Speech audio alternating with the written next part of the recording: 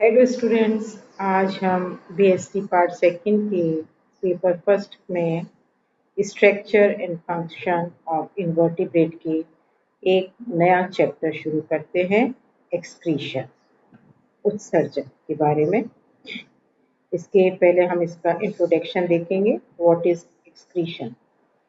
किसी भी प्राणी के शरीर में होने वाली उपापचयी क्रियाओं के फलस्वरूप बनने वाले नाइट्रोजन युक्त अपशिष्ट पदार्थों को, जो शरीर के लिए हानिकारक होते हैं, शरीर से बाहर निकालने की क्रिया को उत्सर्जन कहते हैं और एक्सक्रीशन कहते हैं।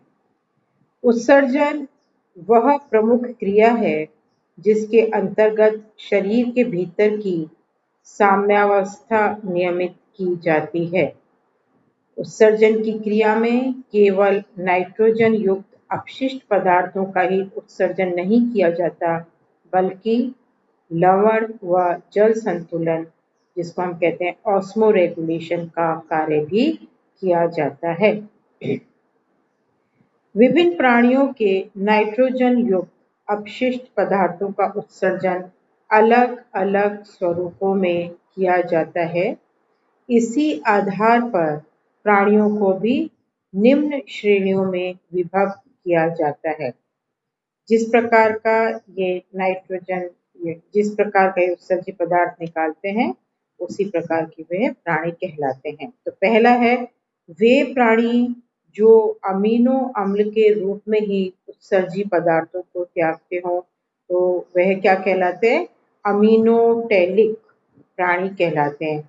जैसे यूनियो, लिम्निया तथा संघ इकाइनोडर्मेटा के सदस्य। दूसरा, वे प्राणी जो अपने उत्सर्जित पदार्थों को अमोनिया के रूप में त्यागते हों, अमोनोटेलिक प्राणी कहलाते हैं।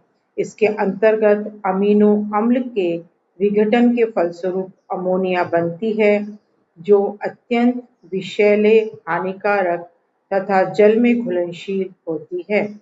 इस कारण अमोनिया को अधिक समय तक शरीर में संचित नहीं किया जा सकता है।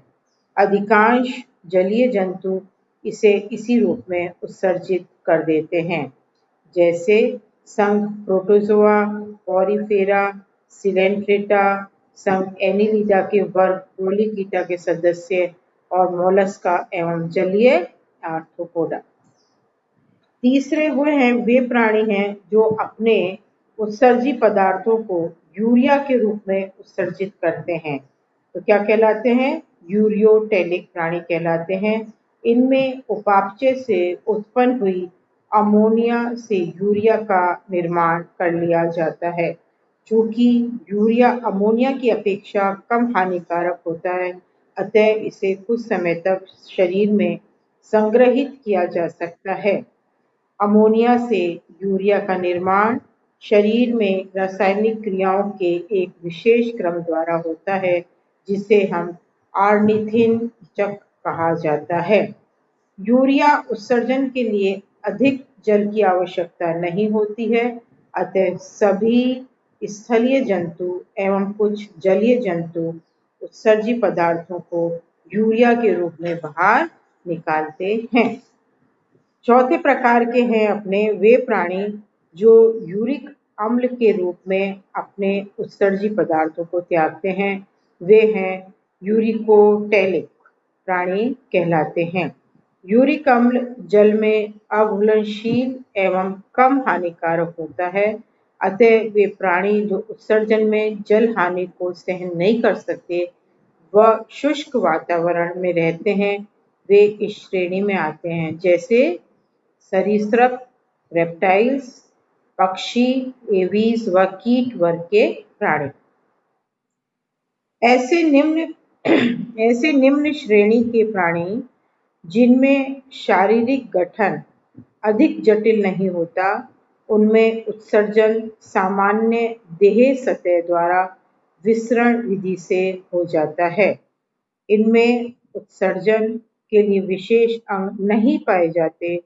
उद्विकास और इवोल्यूशन के साथ साथ शारीरिक गठन में जटिलता बढ़ती गई, उसी अनुरूप उत्सर्जी अंगों का विकास होता गया।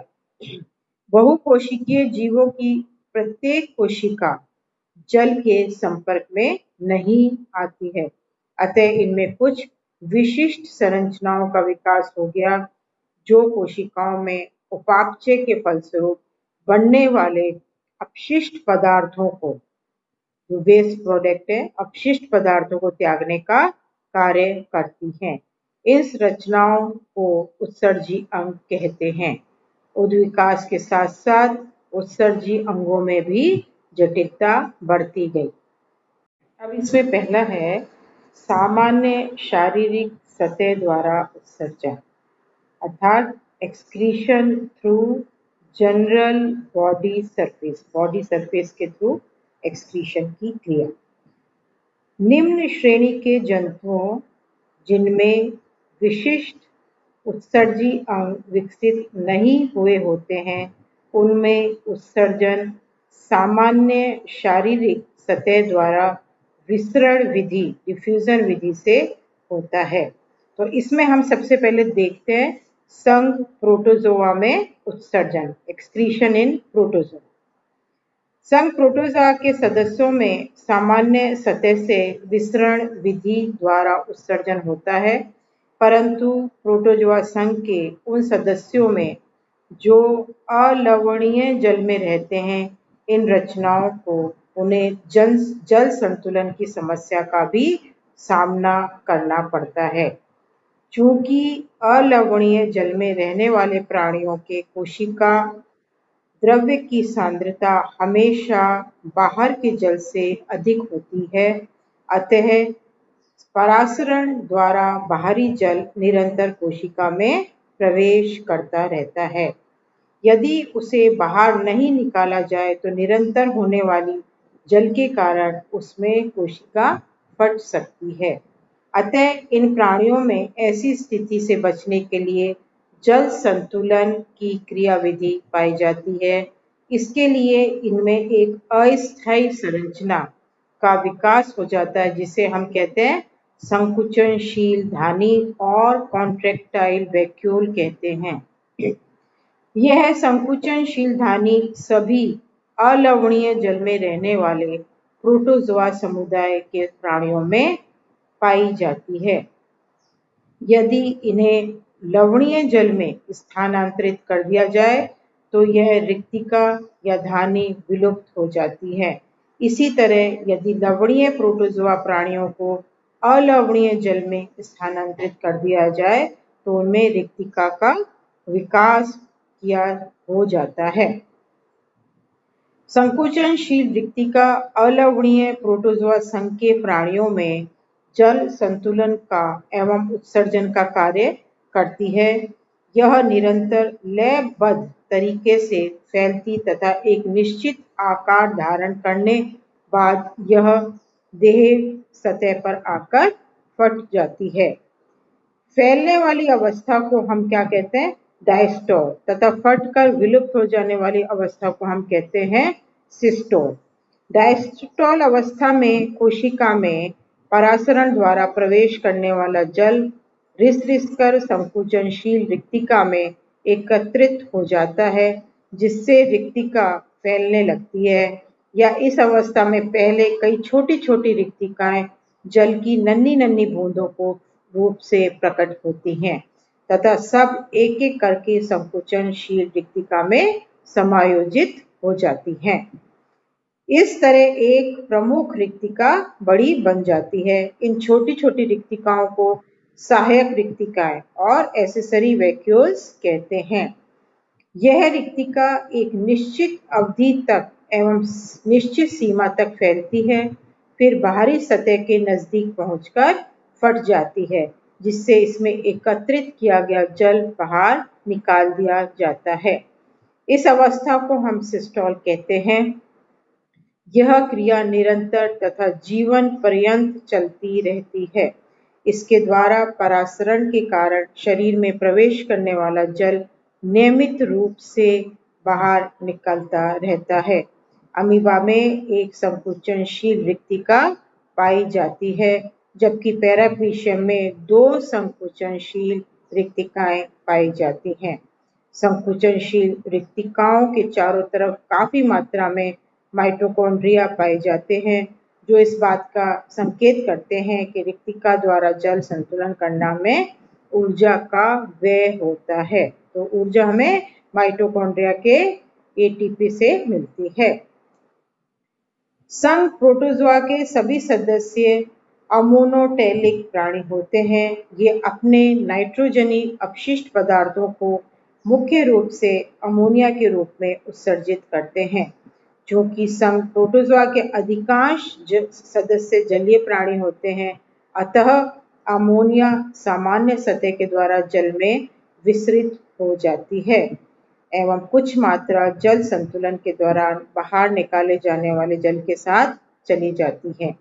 उत्सर्जन के लिए संघ प्रोटोजोआ के सदस्यों में कोई विशेष संरचना नहीं पाई जाती है। नाउ नेक्स्ट इज साइकन में उत्सर्जन और एक्सक्रीशन इन साइकन। साइकन संघ पॉरीफेरा का सदस्य है तथा समुद्री जल में पाया जाता है। साइकन में उत्सर्जन के लिए कोई विशेष अंग या संरचना नहीं पाई जाती है। यह द्विस्तरीय प्राणी होता है तथा इसमें नाल तंत्र पाया जाता है, जिसमें होकर जल निरंतर प्रवाहित होता रहता है। इस प्रकार शरीर की समस्त कोशिकाएं जल में संपर्क में आती रहती हैं। साइकन मुख्य रूप से अमीनोटेलिक जंतु होता है, जिसमें नाइट्रोजनी अपशिष्ट पदार्थ अमोनिया के रूप में उत्सर्जित किए जाते हैं। शरीर में बनने वाली अमोनिया कोशिकीय स्तर पर ही प्रत्येक कोशिका द्वारा जल में विस्तृत कर दी जाती है। अतः साइकन में उत्सर्जन सामान्य शारीरिक सतह के विसरण विधि द्वारा होता है। नेक्स्ट इसमें आता है ओविलिया में उत्सर्जन। ये अब हम सारा जो पढ़ रहे हैं सामान्य शारीरिक सतह द्वारा उत्सर्जन के अंतर्गत पढ़ रहे हैं। अब नेक्स्ट आ रहा है हमारा ओविलिया में उत्सर्जन, एक्सक्रीशन इन ओविलिया। ओविलिया संघ सिलेंट्रेटा का सदस्य है, अतः यह द्विस्तरीय प्राणी होता है। यह समुद्री जल में पाया जाता है।